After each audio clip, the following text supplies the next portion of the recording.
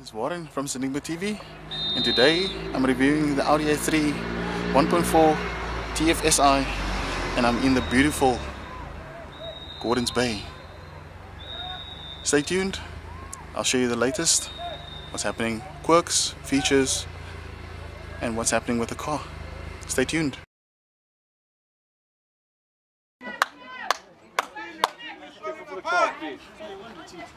Maybe he doesn't have insurance.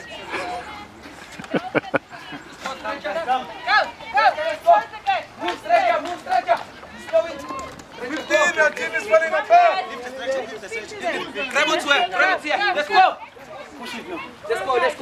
go. Hold each other. They're coming, guys.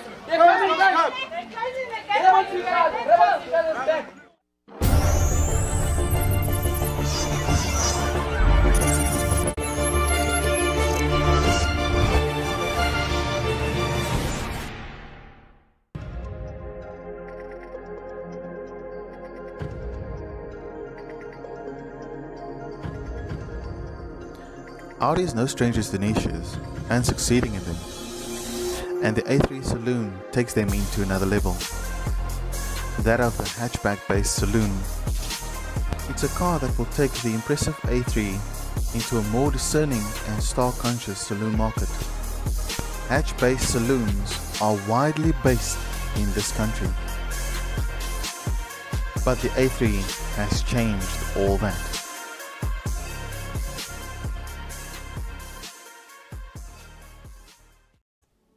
Saloon sports from hatchbacks aren't always the most cohesive of designs.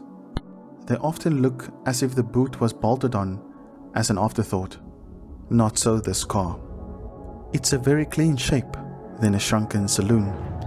The sharp angles accentuates the slender headlights, and it draws the eyes to this vast grille. The same sharpness has been carried over to the rear of the car as well, and it's sporting the 225/45 17-inch alloy wheel, while the sharp crease run down the full length of the car. The Audi A3 Saloon sports a 425-litre boot size, not small at all. In this option, the owner opted for full cloth interior. Leather options in this car is definitely available.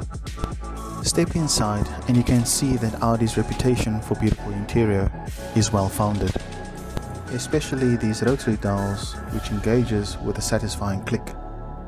The A3 Saloon comes with electronic handbrake. It's fitted with an S-tronic gear stick, the automatic version. I've clicked it over to the left to engage Shift-tronic, turning it into manual mode. When pushing the S-tronic gear stick completely to the bottom, it will change the drive direction from normal drive mode to sport, of which increases the gear shifting. Both the seat and the steering wheel has plenty of adjustment.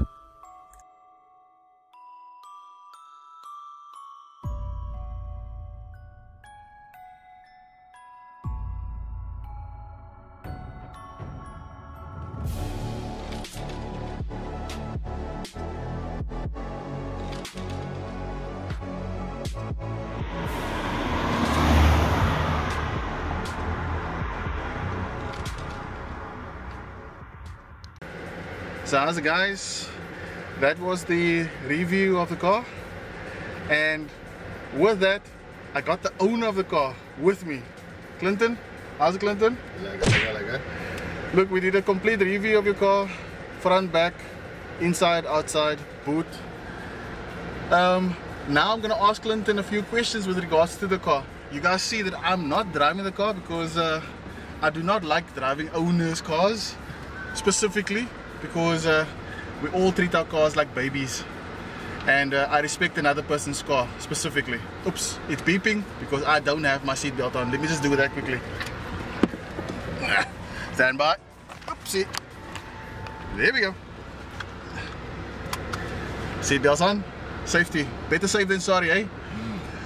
So Clinton, yeah. I know you quite a few years now, and you were the, how can I say, the Audi B7?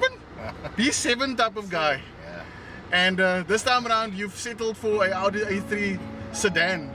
So tell me a few things that you know from an owner's point of view of what you think what the car is like. Yeah, so yeah, I've always liked the B7, obviously. I mean, you knew that. Yeah. But I mean, I got to the point where you become able to purchase a car, or you can upgrade from what you want, or so on. And at the time, I did consider the B7, but unfortunately, by that stage, I was already in a Polo. Yes. And I thought, you know what, if I'm going to upgrade from the Polo, I'm probably not going to go a couple years back. And I've always liked this car. But you can also go a few years back, you were still skipping a Honda. I know. Yeah. So if it went from the Honda to the next car, I probably would have been a B7. There we go. But now since I went from the 2011 Polo, I thought, you know what, I'm not going to go to that. So I've always liked the Audis, I've liked the B7s. Yes. And I like the shape when it came out. Yes. Of this A3. Yeah. And you know, with having a family also, I thought to myself, I need a car that I can, you know, accommodate the family most definitely safely, most definitely, reliably, and so on. And for me, this car was that blend of the fuel economy, the looks, the comfort, the safety. Yeah. Basically all the things that puts a smile on my face normally is what I got from this car. Yeah. Yeah, and I mean, I tried a few of them, tried a couple, and I managed to get one at a good rate with a decent mileage and all that kind of stuff. And yeah, I can tell you the fuel economy for these cars are good. What is the miles per hour, miles per 100 kilometers that you get in? Or the kilos per kilometer per 100 kilometer? So obviously it depends on the drive, but I mean, if I now go and I check my average over the long term, which I think is about 3 months now, is about 6.4. And that's amazing. So that's 6.4 average. Obviously if I drive a bit more enthusiastically, I get that up to about 8, sometimes 8.5 or 9. And that's still not too bad, eh? It's not too bad. And then there was times when I took it really easy. Yeah. And I dipped just under 5. Wow. So 4.9. Wow. And keep in mind, this is not the diesel. This is not the diesel, yes. This is the petrol version. This is the petrol version of it. So yeah, I managed to get it just under 5, but that's really Christian driving. Very that's easy. putting your halo on your head. Yeah. And there was no robots, there was no stop streets, nothing like that. I mean, it's cruising at about 60, 65. Awesome stuff. Then you tip it under there. Awesome stuff. But then also if I'm cruising longer roads, and I'm cruising at a steady 120, something like that, I still manage about 6.4, 6.5. That's brilliant. So yeah, I mean, it cruises comfortably at low fuel consumption. I know we spoke about this earlier. Your height is? 168. 168. And a half. And a half. Yes, for me, I'm 1'9". For me, this is a bit of a tight squeeze because little bit headroom for me. But for Clinton and his family, it's perfect. Yeah, so that's exactly where it came down to. I mean, you can buy bigger Audis. I mean, obviously at this time, I considered the A4, I considered, you know, various other Audis as well. But it did get to the point where some of those cars, for us, just felt too bulky. Yes. Felt too big. And it's almost something legitimate in saying it's too spacious inside if you're relatively small. Yes, yes. All 4 of us in our family is relatively small. So the cars, like I said, it was the perfect fit for what we wanted. Yeah, very happy with it for now. Okay, awesome. Yeah, so like I mentioned, the sports saloon is not a booted saloon or booted hatchback. It's just a bit shorter than the normal sedan or normal length sedan. But I can tell you, this is bang for buck. I've been sitting in the passenger side seat now basically for a few minutes while Clinton has been driving up to where we stood and took cinematics of the car. But also I can feel the sturdiness of the car whilst he was driving. And similar to everybody else, the feel of a German car is always great.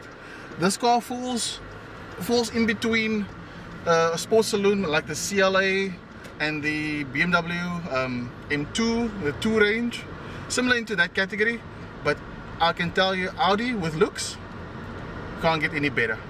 It's bang for buck, solid car, brilliantly finished. I can tell you, the cluster infotainment system, the MMI infotainment system, that is brilliant as well. This car is fully adaptable with regards to the performance that you want to set: individual, comfort, dynamic, auto, and yeah, it has the kick as well if you want to put your foot down, as per what Clinton showed me earlier on.